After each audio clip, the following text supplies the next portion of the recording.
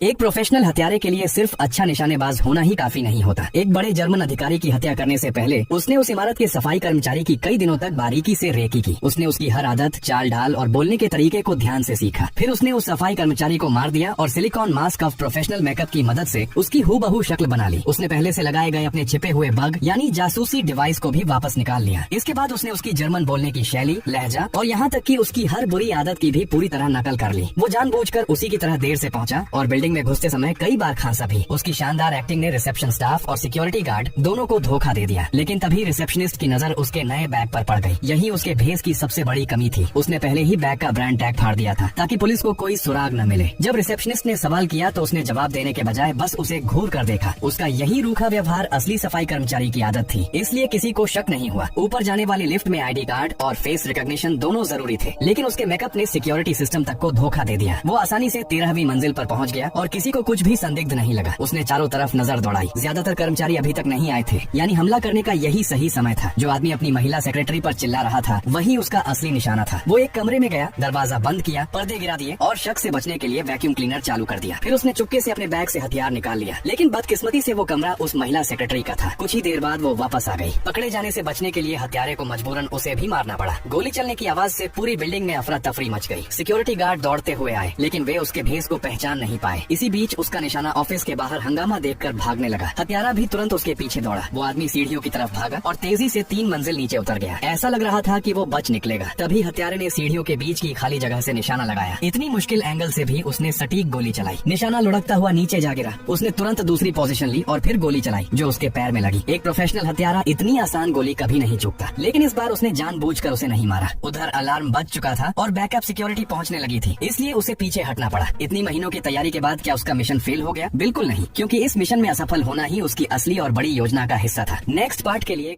Like and subscribe, please, and share.